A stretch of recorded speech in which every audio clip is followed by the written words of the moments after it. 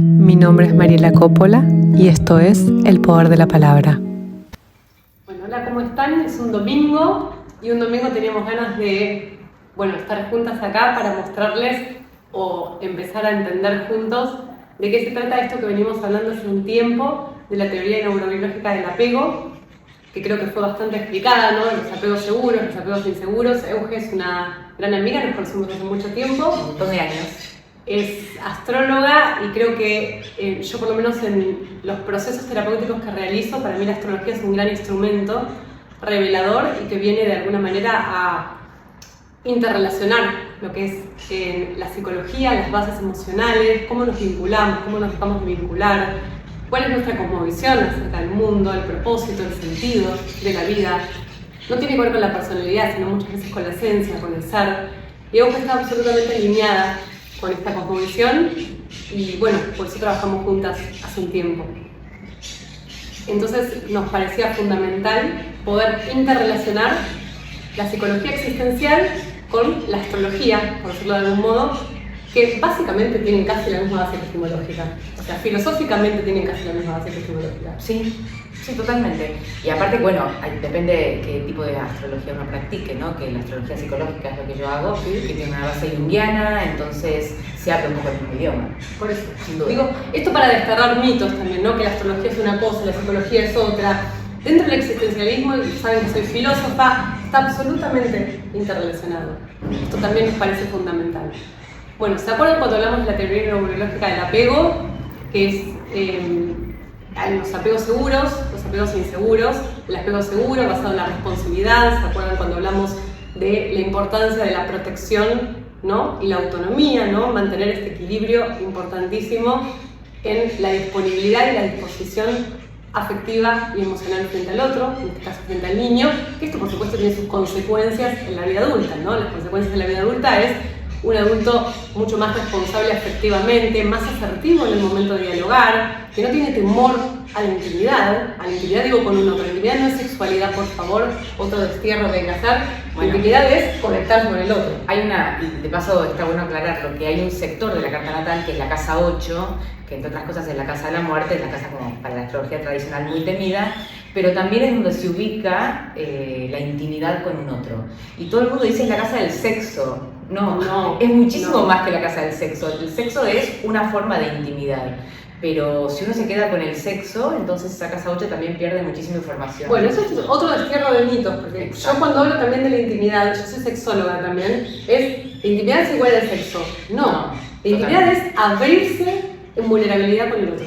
Exactamente. Esto en muchos posts ha salido, esto de la apertura en vulnerabilidad, reconocer mis agujeros, compartirlos con el otro y ser guardianes en forma conjunta. Recuerden que la pareja es el vínculo de apego primario, ¿no? El que viene a reeditar y a reparar esto. Y vos sabés que hablando de esta casa 8, primero viene la 7, que es la casa de la pareja, que tiene como cierto color a libra. Entonces yo digo que es el lugar en donde uno como que se seduce, es como cuando uno sale a comer afuera por primera vez con alguien, ¿no? Entonces uno muestra su mejor cara, lo libriano es políticamente correcta, nadie entra, ¿no? De lleno con sus sombras. Sus agujeros. Hola, ¿qué tal? Te muestro mis agujeros. Exactamente. Y después, como el zodíaco y las casas, el horóscopo, digamos, es una secuencia, después de la casa 7 viene el encuentro íntimo, que no solo es una relación sexual, sino verse las sombras, verse lo no dicho. Vos sabés que cuando yo veo a parejas, saben, también soy terapeuta de parejas, cuando yo veo a parejas, muchas veces el plano sexual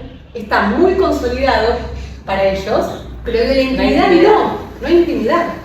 No. Nadie sabe acerca de lo que siente el otro, no pueden conectarse emocionalmente, no hay un diálogo emocional, no hay responsabilidad, no hay un diálogo asertivo. De esto también hay algo de la comunicación asertiva que también salió en los posts. No saben cómo, y no saben cómo manifestarse, o sea, no saben cómo decirse, cómo dárselo, cómo es una entrega. No deja de ser una y entrega. cómo contenerse y abrazarse en las zonas oscuras, porque no se muestran. Y hablando de esto del sexo también, en realidad el sexo se ve en muchos lugares de la carta, ¿no?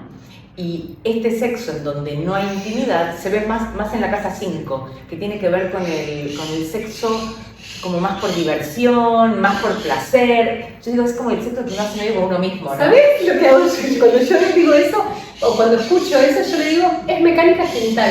Claro. Vos podés tener mecánica genital o podés tener sexualidad. Exactamente. Y la gente se me queda mirando, como de que. Exactamente. Es eso. Totalmente. Es eso. Y a ver, esto hablamos bien, parejas consolidadas de hace años. Sí, porque es una forma de comunicación. Si no hubo esa comunicación de la intimidad, probablemente si no la abrís de alguna manera, o a veces con una crisis, ¿no? Con un proceso terapéutico, no se abre. Queda ahí. Y a veces se desconoce de uno mismo, ¿no? Por ejemplo, el apego evitativo, la intimidad, son personas que tienen apego inseguro evitativo, ¿no? Muchísima dificultad para conectarse con el otro, para abrir la intimidad, justamente porque están desconectados con ellos mismos. Exactamente. Bueno, y también hablando de esto, que las casas, las áreas de vida en la carta natal siempre juegan como el opuesto complementario, o sea, un área de la vida se complementa con el área de enfrente. Y el área de enfrente a la sexualidad compartida, la intimidad compartida, es la intimidad con propia, es la propia autoestima, la propia autoestima es una redundancia, la autoestima, la sexualidad, la autosatisfacción, o sea, si yo me conecto con mi cuerpo, si yo considero que valgo, si yo me apropio de mi valor, ahí sí podría compartirme con otro, bueno, íntimamente. Son personas donde la seguridad está, la autoseguridad ni siquiera la conocen, ni siquiera la pueden palpar. Exactamente. ¿Sí? El autoestima está asesinado, no conocen acerca de eso, no conocen acerca de sus sentimientos. Son estas personas que yo muchas veces digo que se sienten vacías. Y no es que son vacías, o son alexitímicas o son psicópatas, no. Totalmente. Desconocen acerca de sí mismos y de su mundo emocional. Y esto es terrible, no sé en qué casa se ve esto o en qué... De varias... a ver, la luna, que es un poco por lo que empezamos a hablar, que todo... Ahí es donde se ven los apegos en una carta natal, que un poco recién cuando vos hablabas de estos apegos y decías después en la adultez, cómo se viven. Pero hablaba del apego seguro. El apego seguro. Que encima es el 10% de la población. Exactamente. Pero en realidad, esa luna que tiene que ver con la madre, la persona que te crió, con el contexto en el que creciste, es como si se instalara un botón, ¿no?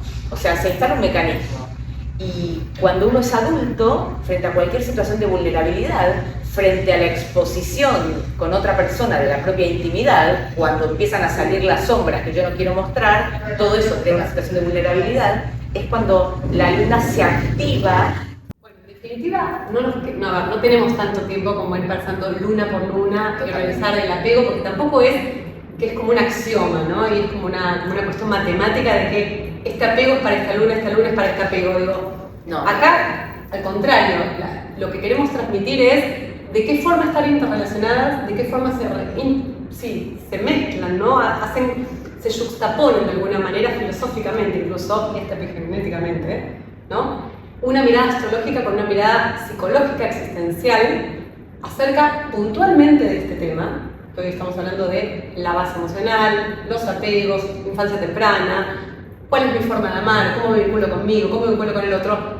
Pero no hay un axioma, no es matemático. Esto es una invitación a las revisiones más profundas, existenciales y esenciales de cada uno de ustedes. Lo mismo que en una carta. Totalmente. Bueno, sí, porque es lo que decía antes, que uno puede tener una luna en Leo, una luna en Sagitario, y tiene un planeta al lado como Saturno, como Quirón, como Plutón, y cambia, o sea, le da un color completamente distinto. Sí. Incluso ahí puede haber varios mecanismos juntos, o sea, que no sé si esto se puede ver desde la psicología, pero que haya algo evitativo, algo también más ansioso, y que de repente en algún momento surja uno, en algún momento surja otro, y a lo largo de la vida. Vos ves un paciente a veces con los dos apegos. Exactamente. A ver, siempre hay uno predominante. Exacto. ¿Sí? Exacto. Pero a veces frente a determinadas situaciones que tienen que ver con la historia personal, se automatiza uno o se automatiza el otro. Exacto. Incluso a lo largo de la vida se puede dormir uno y despertarse el otro, absolutamente. Y entonces hay que trabajar. También las experiencias traumáticas son catalizadoras de esto. Claro, absolutamente. Por eso no hablamos de todas las lunas, porque no es el objetivo hablar de todas las lunas, sino que se entienda cómo es este mecanismo de apego, ¿no? Y que es un trabajo artesanal que se hace o desde la carta o después desde la psicología, porque la carta es un poco más diagnóstica, ¿no? Uno puede como pintar el escenario y después sí se trata en un ámbito terapéutico. Sí, pero me parece súper asertiva como instrumento para trabajar. Por eso te paso a los pacientes también. Sí, totalmente. Te lo recomiendo. Porque tiene que ver con esto, es otro instrumento más. Y me parece que mientras más jugadores subimos en la cancha, totalmente. Es mejor. Así es. Como si fuéramos en el mundial, más o menos. Claro, que no lo vemos en mundial nosotras. No. No vemos los partidos, no tenemos idea. Bueno, en algún momento vamos a estar otra vez, de nuevo.